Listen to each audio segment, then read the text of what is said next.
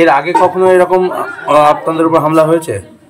আমাদের এর আগে হয়নি, আমাদের পাশের বাড়িতে ওইখানে বোমা মেরেছে এর আগে। আচ্ছা, তারপরে হঠাৎ আপনাদের বাড়ি বোমা মারলো কেন? কি করে জানবো কি করে বোমাটা মারলো, আমরা কি করে বলতে পারি বলো? আমরা তো আমাদের সাথে কারোর শত্রুতা নেই। তোমার স্বামীর সাথে কারো গন্ডগোল অশান্তি ছিল? না না, আমার স্বামীর সাথে উনি ভালো ছাড়া কারোর খারাপ করেন না, যে কোনো বাড়ির দল হোক। তো এই বুথটা কারা জিতেছে পঞ্চায়েতে? শহীদের নষ্ট, মানে বিজেপি জিতেছে। হ্যাঁ, তো সেই জন্যই কি তো মানে তোমার স্বামী তো এখানকার বুথ সভাপতি? হ্যাঁ, বুথ সভাপতি, উনি টিএমসি করে। সেই জন্যই কি মানে এই হামলা হতে পারে? হতে পারে না, আর কিছু আছে বলো? কি তোমরা কি আতঙ্কে আছো?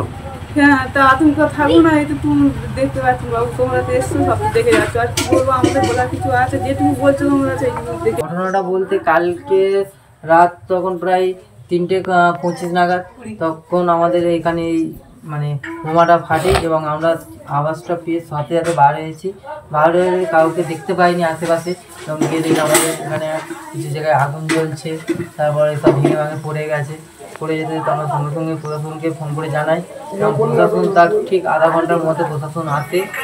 আসার সাথে সাথে প্রশাসন ওগুলোকে যা কিছু নেওয়ার ওদের প্রয়োজন ছিল সব কিছু নিয়ে বস্তাভর্তি করে নিয়ে গেছে, এবং যা বাদবাকি যা ছিল সেগুলোকে নিয়ে এক জায়গায় রেখেছে। কে মারলো বোমা? বোমা কারা মেরেছে? দুষ্কৃতীরা মেরেছে। হ্যাঁ, তোমার বাবার সাথে কি কারো কোনো অশান্তি ছিল, গন্ডগোল ছিল? না না, এমনি বাবার সাথে কারোর কোনো অশান্তি নেই, এমনি পার্টি পাল্লা নিয়ে একটা রেসারেসি মানে লেগে থাকে। কোন পার্টির সাথে? বিরোধী পার্টি, যেমন হচ্ছে এখন বিজেপি টিএমসি, এখানে দুটোই বিরোধী কাজ। আচ্ছা, তোমার কোন বাবা কি করে? বাবা তৃণমূল কংগ্রেস করে। কোন পদে আছে? বাবা তৃণমূল কংগ্রেসের বুথ সভাপতি পদে আছে। কত নম্বর? আমাদের 168 নম্বর। আচ্ছা, তো তোমরা কি আতঙ্কে আছো এই ঘটনার পর? একদম। পুলিশ প্রশাসনকে জানিয়েছো বিষয়টা? হ্যাঁ। ওরা কি বলেছে? ওনারা এসে ওই বললাম যেগুলোকে নিয়ে গেছে, ওনারা বললো আমরা দেখবো বলে, আর যা বাদবাকি যা জিনিস ছিল সেগুলোকে ঝাঁটিয়ে পরিষ্কার করে এক জায়গায় ফেলে দিয়ে গেছে, আর এক জায়গায় রেখে দিয়ে গেছে। দিয়ে আর যাওয়ার সময় বলে যাচ্ছে যে যদি প্রশাসনরা আসে তেমন কিছু বলার দরকার নেই, ওরা আসবে, ডেকে চলে যাবে। কারা আসবে? প্রশাসনরা। আজ ভোর 3:25 নাগাদ আমাদের বাসন্তী ব্লকের অন্তর্গত উত্তর মেদিনীপুর অঞ্চলের হাড়ভাঙি তৃণমূল কংগ্রেসের বুথ সভাপতি অশোক প্রধানের দোকানের সামনে এবং বাড়ির সামনে রাতের অন্ধকারে বিজেপি আশ্রিত একদল দুষ্কৃতী এক ভয়ঙ্কর বোমা নিক্ষেপ করেছে। এই নিক্ষেপ করায় তার দোকান এবং বাড়িঘরদের বিপুল ক্ষয়ক্ষতি হয়েছে। পুলিশ প্রশাসন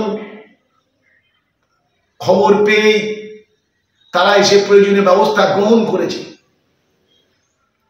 এর আগেও 3 থেকে 4 বার এই তৃণমূল কংগ্রেসের বুথ সভাপতি অশোক প্রধানের বাড়িতে এবং দোকানের সামনে এবং তাকে রাস্তাঘাটে বিভিন্নভাবে বিজেপি আশ্রিত দুষ্কৃতীরা তার উপরে আক্রমণ করেছে, মারধর করার চেষ্টা করেছে। এই একটা জঘন্য যে কাণ্ড, এই যে বিজেপি আশ্রিত দুষ্কৃতীদের এই ভয়ঙ্কর তাণ্ডব, যারা যারা এই অবৈধ এবং দুষ্কৃতিমূলক কাজে জড়িত তাদের বিরুদ্ধে দৃষ্টান্তমূলক আইনানুগ শাস্তির ব্যবস্থা গ্রহণ করার জন্য আমি পুলিশ প্রশাসনকে বিশেষভাবে অনুরোধ করেছি। পশ্চিমবঙ্গের বুকে আইনের শাসন নেই, শাসকের আইন ব্যবস্থা চলছে।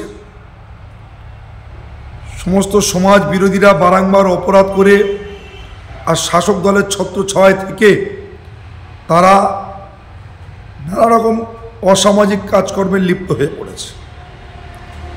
আর বর্তমান এই বাসন্তী বিধানসভার প্রতিটি পঞ্চায়েতে গরিব মানুষ, দারিদ্র্যসীমার নিচে বসবাসকারী মানুষদের নামে ঘর অ্যালটমেন্ট হয়েছে। আর শাসক দলের যে গোষ্ঠীগুলো আজকে রয়েছে সেই গোষ্ঠীর মধ্যে কোন গোষ্ঠীর হাতে আজকে ক্ষমতা থাকবে, কারা এই ঘরের কাটমানির টাকা তুলতে পারবে, এই নিয়ে দক্ষিণ 24 পরগনার বাসন্তী ব্লকের প্রতিটি পঞ্চায়েতে সমস্যা, বোমাবাজি, গোলাগুলি, দাঙ্গা লেগেই রয়েছে। তার মধ্যে উত্তর মোকামবাড়িয়া গ্রাম পঞ্চায়েতের হাড়ভাঙি গ্রাম, সেখানে যে ঘটনাটা ঘটেছে, শাসক দলের উভয় গোষ্ঠীর মধ্যে আজকের নিজেদের মধ্যে খাওয়াখাওয়ি লড়াই চলছে, বোমাবাজি চলছে। আর যিনি বিধায়ক রয়েছেন, শাসক দলের নেতারা রয়েছেন, তারা বিজেপির নামে বদনাম করে কালিমালিপ্ত করার চেষ্টা করছে। ভারতীয় জনতা পার্টির সৈনিক কার্যকর্তারা তারা বোমা বন্দুকে বিশ্বাস করে না।